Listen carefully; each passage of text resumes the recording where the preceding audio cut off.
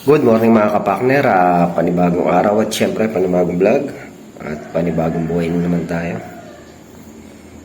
Ngayong araw nga ay tutuloy na natin yung pinturahin dito sa kabila. Tapos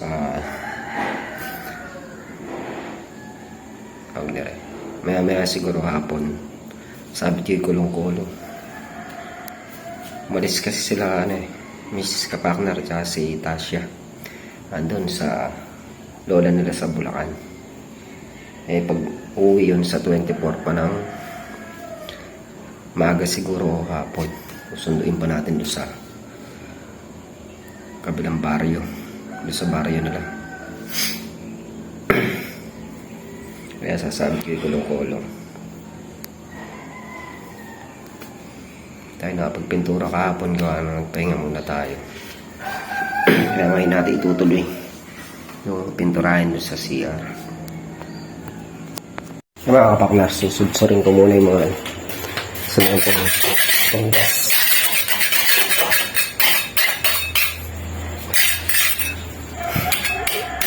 Ay.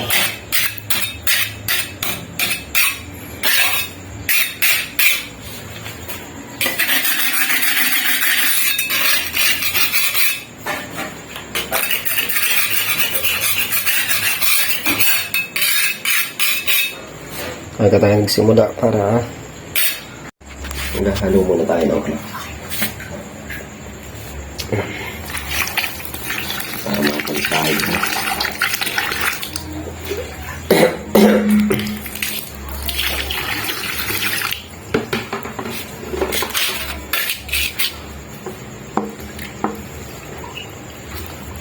Skin coat.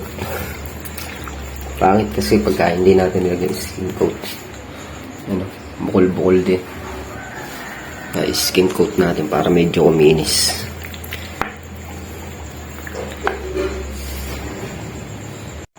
Yan na, start na tayo sa pagpapahid. Unahin lang natin dito sa baba para makatigas siya.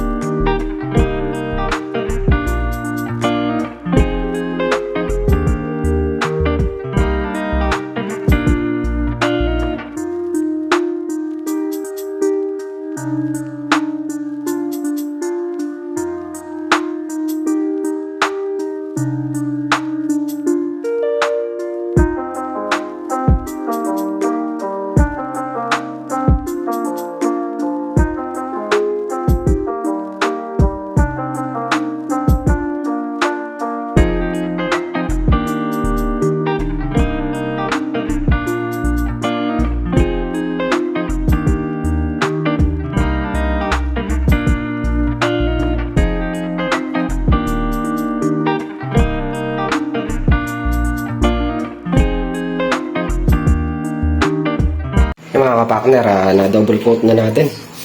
Bali, patutuyuin muna natin siya ng konti, tsaka lang ulit patadaanan ng rodela. Hirap gumawa dito sir, gawa ng basa, nagbabasa yung pader niya.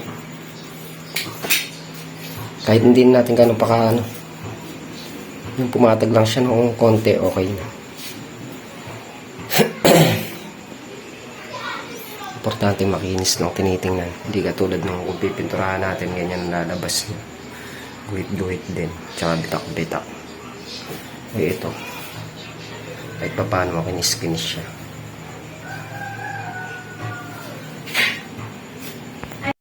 Habang pinatutuyo natin ito mga kapakner, anuhin ko muna yung ibabaw. Papahiram ko muna para makapagliha tayo mamaya.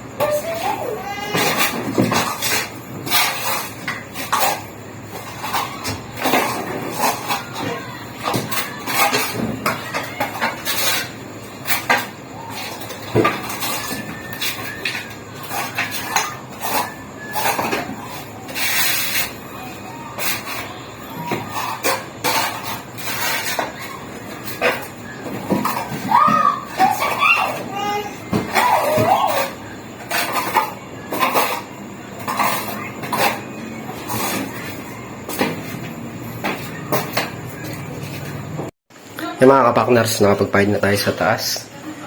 Halika, kain daw muna kaming agahan bago ko ituloy. Konti lang naman to, baka mayari ko ngayon maghapon to. Yung mga kapakners, nakayari na tayong kumain. Start na ulit tayo sa pagpapahid. Tagal matuyo. Sana kung madiliha sana nito bago mo nang halik para mayari na.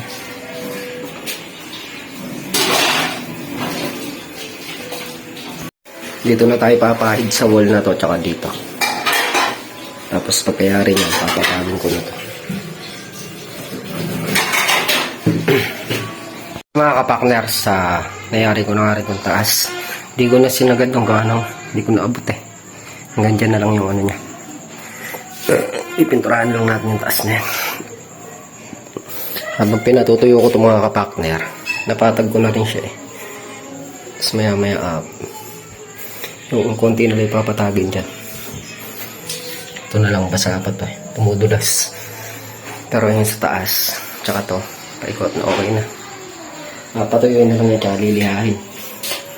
Nalihan natin mamaya, mapipinturahan na rin natin yun.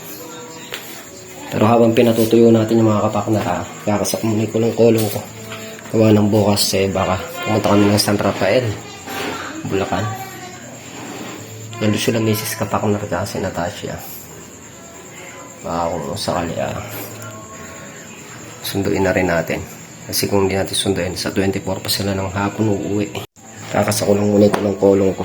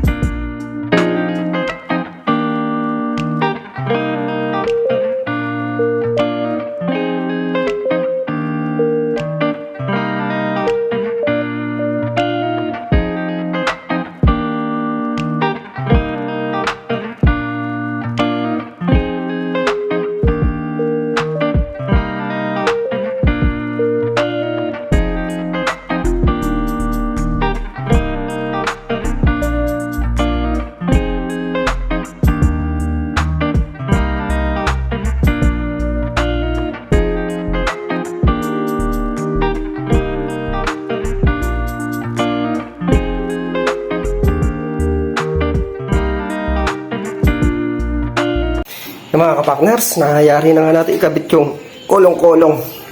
Lilinisin ko na lang mamaya. Tsaka bubombahan, okay na. 2 oras nating pinatuyo, pero ganyan pa rin, basa-basa pa rin siya. Pero titignan din natin mamayang hapon kung kaya. Liliyahin natin. Pero pagka hindi pa, bukas na. Lilinisin ko lang muna yung motor ko. Pag ginamit bukas, maayos. Kaya mga kapakners, natapos na natin linisan yung motor. Check ko lang uli yung ginagawa ko doon kung tuyo na. Pag tuyo na, idihahin ko na. Pero pag hindi pa, baka bukas na. Kung anong matagal siya matuyo. Kaya mga kapakner, bali, natulog nga muna tayo bago tulog muna tayo. Gawa ng pinatitigas ko pa yung yung skin coat to sa may CR. Baka ngayon pwede natin lihahin. Gawa ng baka tuyo na yun. Ilang oras na rin naman. Mga 5 oras na siyang nakapahid. Baka tuyo na. Kakapilang muna ako tapos lilihan na ako para mapinturahan na natin mga kapakners. Yan, at kape po tayo. Kape muna bago magsimula. Kape. Tama tayo dito sa kabila. Tingnan natin, check natin kung tuyo na. Yung mga kapakner, chinek natin na medyo tuyo na siya. Lilihan na tayo para mapinturahan na. Para mayari na yan natin dito. Yung mga kapakner, start na tayo magliha. Medyo tuyo na siya.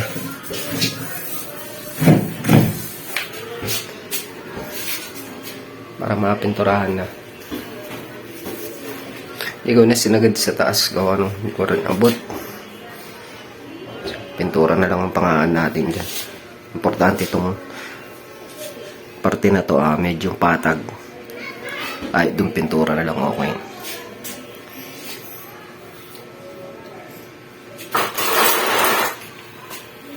Gamit tayo ng mas may protection tayo sa alikabok.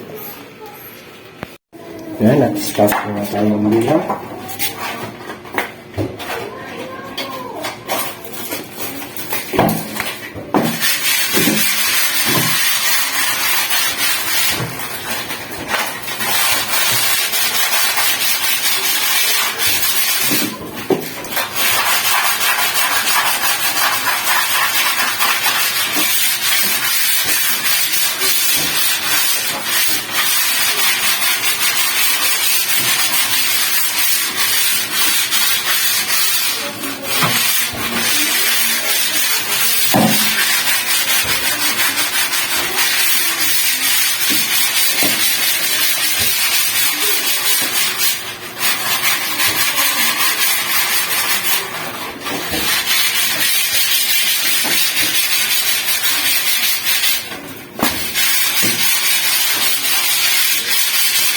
partner, nakapagliha na nga tayo.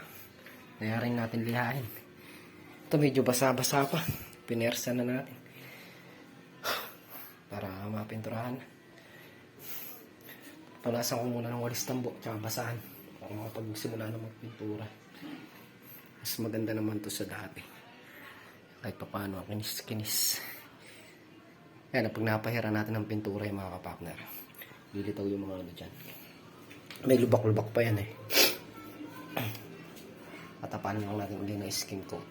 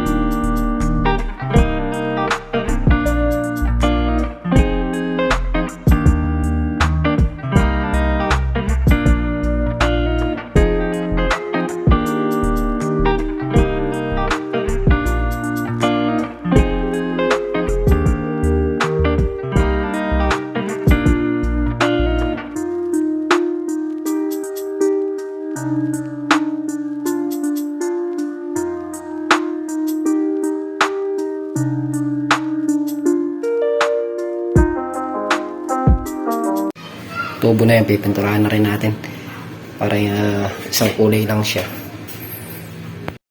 So mga kapakner, start na tayo magpahid ng pintura.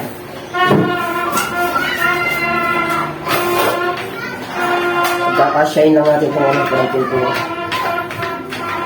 Hindi natin magkakasya. Dahil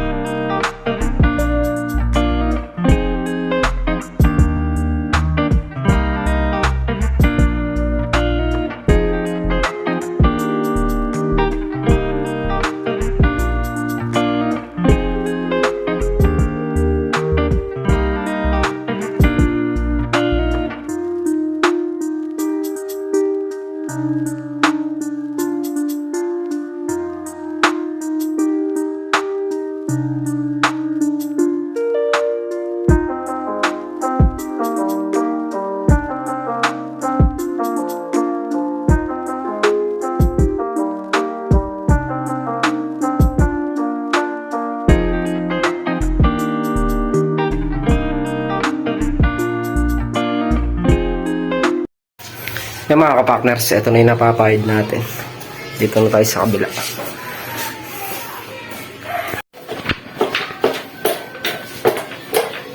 Okay na. Magkakasya lang natin yung pintura nila.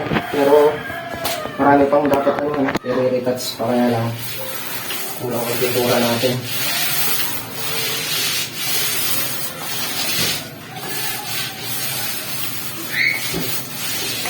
Okay na sana, makinis pa. Nai-retouch lang tayo pakunti-kunti.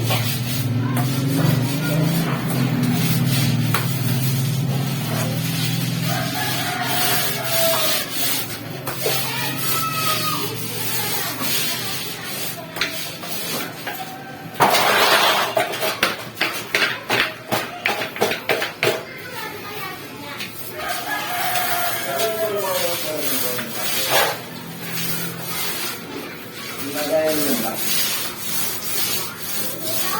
Oo. Gawin yung dito.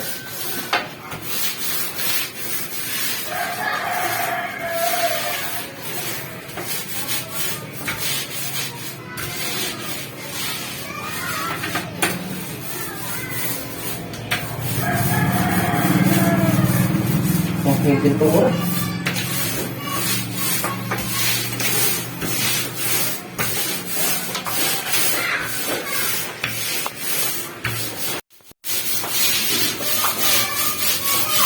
Yan mga kapakner, kaya rin naman tayo. Okay, tayo.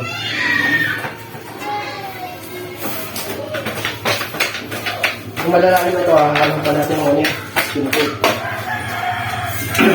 Para hindi pa natin ito. Hirap yung walang budget, pinagkakasya. Ay.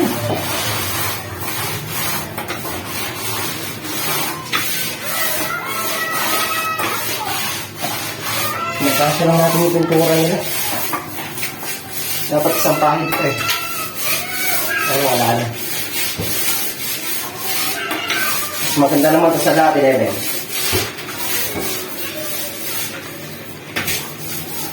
Malinis-linis niya, tingnan.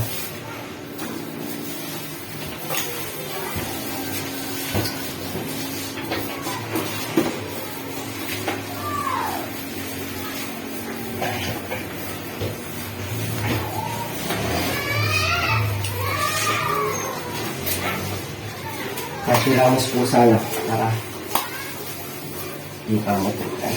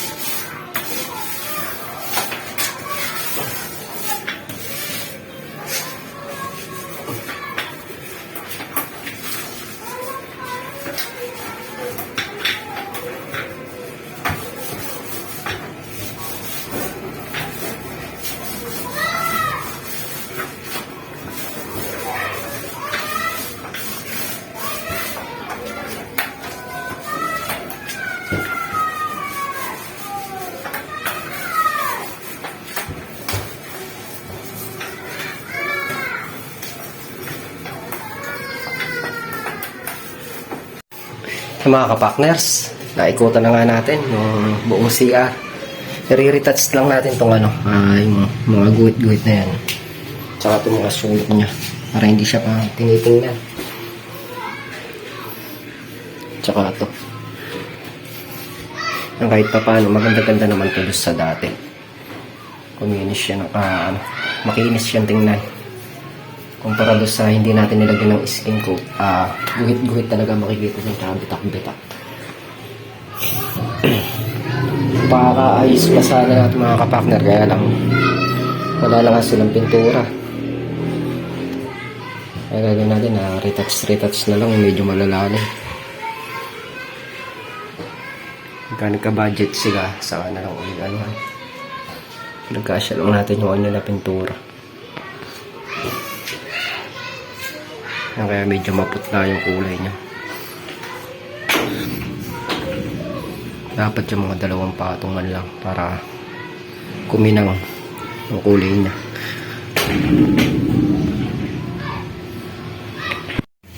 Yung mga kapakner, at nangyari na nga natin pahiran yung mga guhit-guhit. Tutuyuin lang natin konti para mamaya maliha. Tapos mapahiran pa ng pintura. Yung mga kapakners, nangyari na nga natin tong CR. Okay na. Medyo kulang ng konti sa pintura kaya medyo maputla yung kulay niya. Pinagkasya ko lang kasi kanina yung kalahating pintura. Pero at least maganda na siyang tinitingnan. Malinis.